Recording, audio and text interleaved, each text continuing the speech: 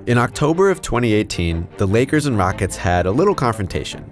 It settled down, then suddenly reignited into something way bigger. That's because these two guys got involved, Chris Paul and Rajon Rondo.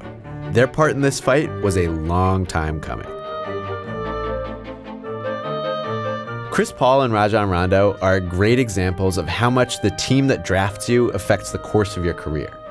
In 2005, Paul was drafted 4th out of Wake Forest by a terrible New Orleans Hornets team. This would be the same year the Hornets began hunkering down in Oklahoma while their home city recovered from Hurricane Katrina. The team improved around their Rookie of the Year point guard, but not enough to make the playoffs.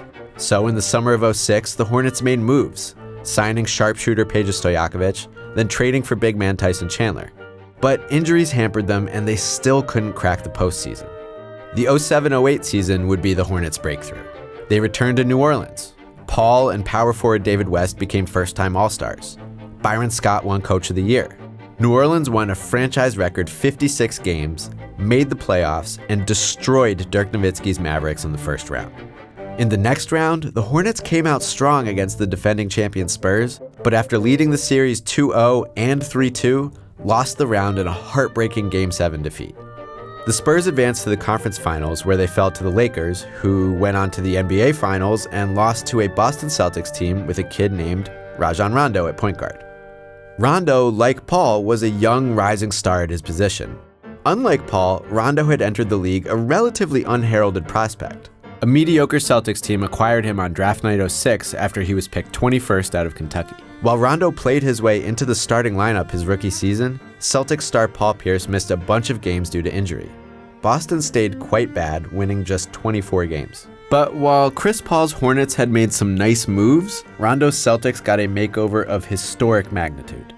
They traded their lottery pick for Ray Allen, made an even bigger trade for Kevin Garnett a few days later, then made the greatest turnaround in NBA history, finishing with 66 wins just a year after winning 24. And then they won it all. Anything's possible! Rondo went from promising rookie on a garbage team to starting point guard on a champion. That's pretty wild. So now we're in the summer of '08, which is an important juncture because according to more recent accounts, that's when the beef began. After that 2018 Rockets-Lakers fight, some reporters pointed back to the 2008 Olympics, where Paul led the USA to a gold medal, while Rondo supposedly didn't make it past tryouts. Reports from the time say Rondo was invited to the select team, the younger players who scrimmage against Team USA before competition. Rondo and fellow Celtics youngster Kendrick Perkins understandably declined the invitation after playing NBA games well into June. And Rondo would never have made an Olympic roster that ended up featuring Paul, Jason Kidd, and Deron Williams. But it is possible he was annoyed to have been left off the list of over 30 finalists, which dropped days before the Celtics won their championship and included point guards like Luke Ridnour and Kirk Heinrich. I don't know why Rondo would hold that against Paul in particular. He may have noticed that Paul got a big contract extension that July, but so did Deron Williams. Guys drafted in '05 were due for new deals, nothing special there. And there had been no visible beef in meetings up to this point either. Rondo made his NBA debut in an uneventful loss against Paul and the Hornets. He got his first win against Paul in March of that championship season, and Paul actually went out of his way to praise his slightly younger opponent. So did beef exist in '08? It's possible, but it might be one of those things where NBA insiders know more than we do. Either way, Rondo was eager to prove critics wrong and claimed to have done so by winning a ring in '08. None of those other young point guards had done the same. And while Boston once again cracked 60 wins, the Hornets regressed in 2009. Paul was healthy and effective. He missed just 4 games because of a groin strain, returning right in time to lose to the Celtics again. But injuries assured New Orleans wouldn't come anywhere near the prior season's playoff run. Paul was considered by most the best point guard in the NBA, but this 4th season backslide began a long chapter of playoff disappointment in his career. And guess who predicted all that disappointment right to Paul's face? Rondo, obviously. The Hornets and Celtics met in November of '09, and things went pretty typically. Paul played great despite some physical defense from Rondo, but Boston got the win yet again. The pair also picked up technicals for wrestling a little bit, and whatever tension built during the game snapped afterward. The typical round of post-game handshakes got heated when Rondo confronted Paul on the floor. The two had to be separated, and we later found out why. Rondo had trash-talked with Paul by saying, and this is a direct quote, "I've got a ring and you're never gonna win one." Which, I'm talking to you over 9 years later, and that statement remains true to the word. Paul didn't even reach a conference final until his 13th season. But anyway, Paul didn't like that comment and stewed for a while. Some reports said he bickered with Boston assistant Tom Thibodeau and tried to enter the Celtics locker room, though Paul later denied all of that. Inside that locker room, Celtics PR demanded Rondo never be asked about Paul, ever. This exchange epitomized the theme of this beef. Rondo had a ring, and he was days away from agreeing to a big extension of his own. But he still wasn't considered on Paul's level, and some judged his individual success as very much a product of the incredible team around him since '07.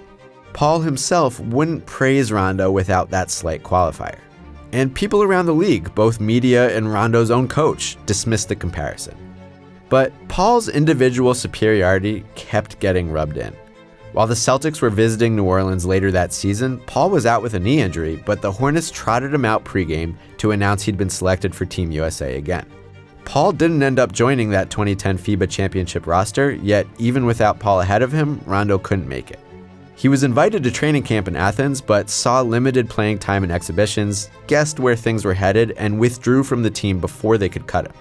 And that was it for Rondo's Team USA career. The 2012 Olympics happened smack in the middle of his prime, but he had no more interest in trying to make the cut again among higher regarded point guards. Anyway, something else more important happened during Rondo's prime. In 2011, Rondo became an All-Star for the first time. But his Celtics had been treading water. After winning that championship in Rondo's second season, they had made the finals only once, falling in 7 to the vengeful Lakers. Boston wanted another title before the window closed on their aging Big Three. And with LeBron James fronting an even stronger Big Three in Miami, it was clear the existing roster couldn't get it done. On top of that, there was some internal strife. Rondo and backcourt mate Ray Allen weren't getting along, and Rondo sometimes bristled at the demands of Celtics coach Doc Rivers. So, in November 2011, with the NBA lockout about to end, Celtics GM Danny Ainge got on the phone to discuss trading Rondo for Chris Paul. Several versions of the trade were discussed, and the rumors reached full-on Woj tweet status. It once again became a thing to compare the two players, and you even had people like Shaq, who'd briefly been a Celtic before retiring, arguing that Rondo was the better point guard, citing as evidence the greater success his team had achieved. Ultimately, the trade fell through. Word at the time was that Paul wasn't willing to commit to Boston long-term. But according to Ray Allen's 2018 autobiography, Coach Rivers vetoed the trade because he couldn't do that to his old friend Hornets coach Monty Williams. I think the implication here is that Rondo's personality might be tough for a coach to manage, which does seem to be the case, but Ray Allen might be a slightly biased source here. After a big mess, Paul got dealt to the Clippers.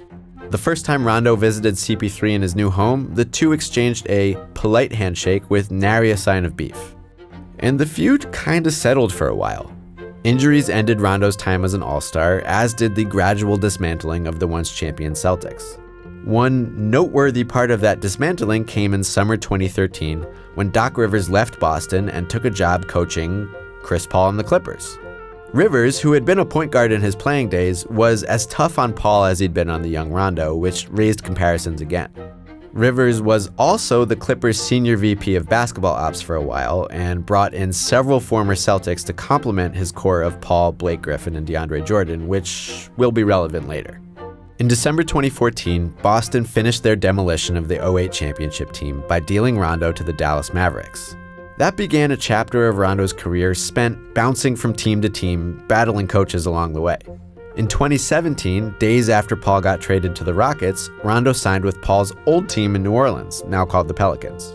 This stint brought the beef back into focus a bit.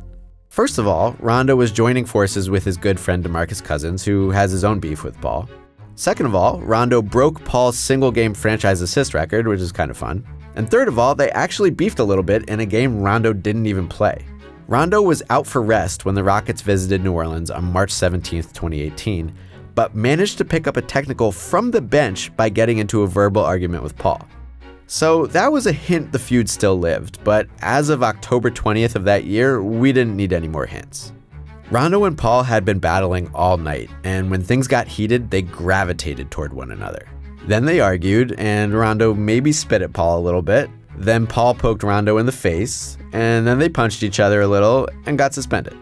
A lot of attention was spent zaprootering the footage to determine whether or not Rondo spit and whether it was on purpose. It clearly looked like Rondo spit in his face. And elsewhere, people were sorting out a reported confrontation between a Rondo family member and Jada Paul, Chris's wife. But for our purposes, the most interesting fallout came from something Rondo said after the fight. Quote, "Everyone wants to believe Chris Paul is a good guy. They don't know he's a horrible teammate. They don't know how he treats people."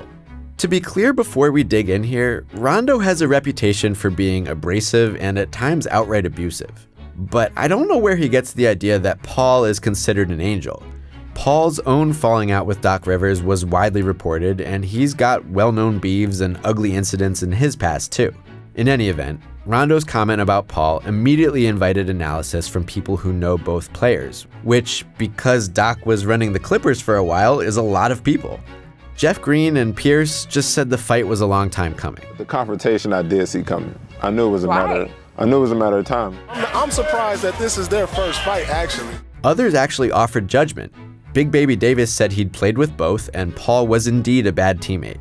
Ryan Hollins said that Paul, his former Clippers teammate, had some growing to do, and went on to say Rondo was one of his favorite teammates ever, which is a little funny because he only played 15 games in Boston. Like, Hollins definitely did the same Getty Images search that I did, and that one photo is the only evidence that those two were ever teammates.